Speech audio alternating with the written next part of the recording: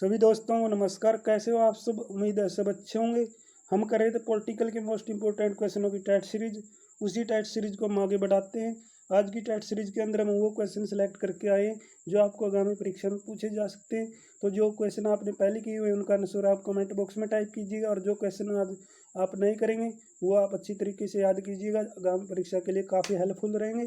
तो आज का सेशन हम बिना देरी के शुरू करते हैं। फर्स्ट क्वेश्चन आता है, 1946 में बनी अंतरिम सरकार में डॉक्टर राजेंद्र प्रसाद के पास कौन सा विभाग था? डॉक्टर राजेंद्र प्रसाद के पास कौन सा मंत्रालय था 1946 की अंतरिम सरकार के अंदर? ए ऑप्शन में दिया रक्षा, बी खाद्य एवं कृषि, सी विदेशी मामले एवं राष्ट्रमंडल संबंध, डी या इनमें से कोई नहीं। तो जल्दी से राइट आंसर बताइएगा। मुझे उम्मीद है सभी को ये मालूम है 1946 में अंतरिम सरकार में डॉक्टर राजेंद्र प्रसाद के पास कौन सा मंत्रालय था। तो जल्दी से बताना इसका राइट आंसर क्या आता है। तो इसका राइट आंसर हम चेक करते हैं। तो इसका राइट आंसर आता है खाद्य एवं कृषि। 1946 में जब अंतरिम सरकार बनी तो डॉक्टर राजेंद्र प्रसाद के पास मंत्रालय था खाद्य एवं कृषि। तो नेक्स्ट पढ़ेंगे। नेक्स्ट क्वेश्चन आपकी स्क्रीन पर, संविधान सभा का पहला सत्र कब हुआ था?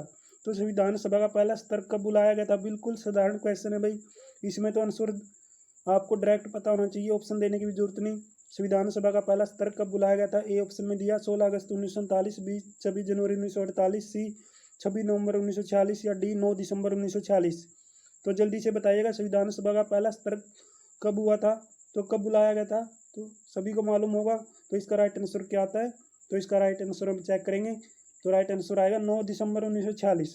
9 दिसंबर 1946 को संविधान सभा का पहला सत्र हुआ था। नेक्स्ट पढ़ेंगे। नेक्स्ट क्वेश्चन आपकी स्क्रीन पर, निम्नलिखित में से किसने 1946 के कैबिनेट मिशन का नेतृत्व किया? Very very most important question. निम्नलिखित में से किसने 1946 में कैबिनेट मिशन का नेतृत्व किया था? किसने कैबिनेट मिशन को लीड किया था 1946 के अंदर? ए ऑप्शन में दिया विलियम वुड, बी में दिया सर पैट्रिक लॉरेंस, या सी सर जॉन साइमन, डी इनमें से कोई नहीं। तो मोस्ट इंपोर्टेंट क्वेश्चन है, आगामी परीक्षा में पूछा जा सकता है। निम्नलिखित में से किसने 1940 के कैबिनेट मिशन को लीड किया था, किसने नेतृत्व किया था?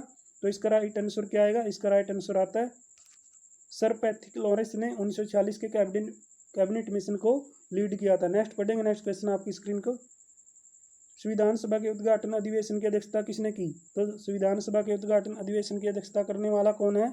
ए ऑप्शन में दिया है जवाहरलाल नेहरू, बी सच्चिदानंद सिन्हा, जो संविधान सभा के स्थायी अध्यक्ष हैं। सभी को बेसिक क्वेश्चन है ये, सभी ने मालूम है संविधान सभा के स्थायी अध्यक्ष का क्या नाम है? सच्चिदानंद सिन्हा। नेक्स्ट पढ़ते हैं, सी राजगोपालाचार्य, या डी बी आर अम्बेडकर। तो संविधान सभा के उद्घाटन अधिवेशन की अध्यक्षता करने वाले कौन थे? सभी बताइएगा इसका राइट आंसर क्या आएगा। तो हम राइट आंसर चेक करते हैं। इसका राइट आंसर आता है सच्चिदानंद सिन्हा, संविधान सभा के उद्घाटन अधिवेशन की अध्यक्षता करने वाले जो संविधान सभा के अस्थायी अध्यक्ष थे। नेक्स्ट पढ़ेंगे। नेक्स्ट आता है, इन व्यक्तियों में से कौन कैबिनेट मिशन का सदस्य नहीं था? तो कौन कैबिनेट मिशन का सदस्य नहीं था? ए ऑप्शन में दिया है William Wood, B Patrick Lawrence, या सी सैटफोर्ड क्रिप्स, या डी ए वी एलेक्जेंडर। तो बताना इसका राइट आंसर क्या आएगा। कौन कैबिनेट मिशन का सदस्य नहीं था? तो कौन नहीं था? तो इसका राइट आंसर चेक करते हैं। राइट आंसर आता है इसका विलियम वुड। कौन नहीं था? कैबिनेट मिशन का सदस्य नहीं था। तो ये राइट आंसर आ जाएगा, क्या आ जाएगा इसका राइट आंसर? ए। नेक्स्ट पढ़ते हैं। नेक्स्ट क्वेश्चन आपकी स्क्रीन पर, बिल्कुल पहले हमने किया भी हुआ क्वेश्चन ये, संविधान सभा के स्थायी अध्यक्ष कौन थे? इसके तो ऑप्शन देने की भी जरूरत नहीं। संविधान सभा के स्थायी अध्यक्ष कौन है? सच्चिदानंद सिन्हा संविधान सभा के स्थायी अध्यक्ष थे।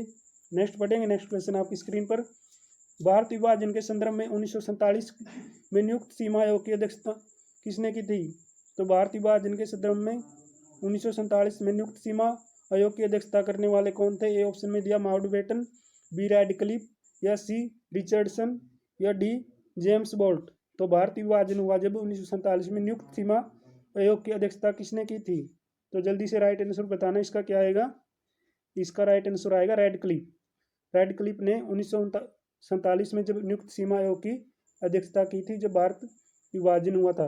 तो नेक्स्ट पढ़ेंगे, संविधान सभा के स्थायी अध्यक्ष कौन? देखो हमने पढ़ा अस्थायी अध्यक्ष कौन था? सच्चिदानंद सिन्हा। तो स्थायी पूछा इसने। ए ऑप्शन में दिया doctor Rajendra Prasad, B B R Ambedkar, C Sachchidanand Sinha, या डी बी एन राव।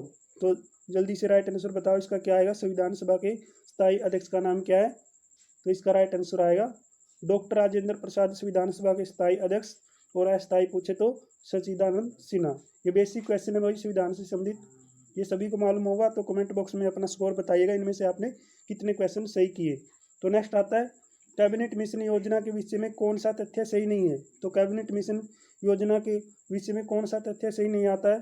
ए ऑप्शन में दिया प्रांतीय समूहीकरण, या बी भारतीय सदस्यों वाला अंतरिम मंत्रिमंडल, या सी आता है संविधान निर्माण का अधिकार, या डी पाकिस्तान की स्वीकृति, यानी पाकिस्तान की हमें इजाज़त लेनी पड़ेगी कैबिनेट मिशन योजना के विषय में कोई तथ्य रखना है। तो ए ऑप्शन प्रांतीय समूहीकरण, या बी प्रांतीय सदस्यों वाला अंतरिम मंत्रिमंडल, या सी संविधान निर्माण का अधिकार, या डी आता पाकिस्तान की स्वीकृति। तो कौन सा तथ्य सही नहीं आएगा इसमें, हमें पाकिस्तान की स्वीकृति लेने की कोई जरूरत नहीं, यानी तीनों सही हो जाएंगे, डी इसका गलत आंसर हो जाएगा। नेक्स्ट पढ़ते हैं। आज का हमारा अंतिम क्वेश्चन है, जिस संविधान सभा द्वारा भारत के संविधान का अधिनियमन किया गया उसके सदस्य कौन थे। तो जिस संविधान सभा द्वारा भारत के संविधान का अधिनियमन किया गया तो उसके सदस्य कौन आएंगे।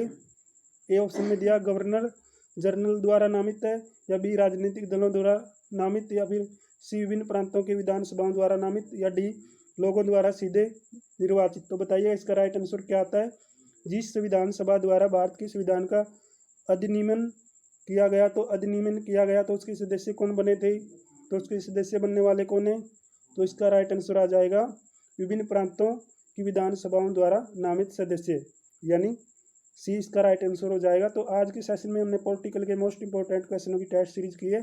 तो कमेंट बॉक्स में बताइएगा आज की टेस्ट सीरीज आपको कैसी लगी। तब तक दोस्तों थैंक्स फॉर वॉचिंग। जय हिंद जय भारत। अगले सेशन में हम जल्दी मिलते हैं।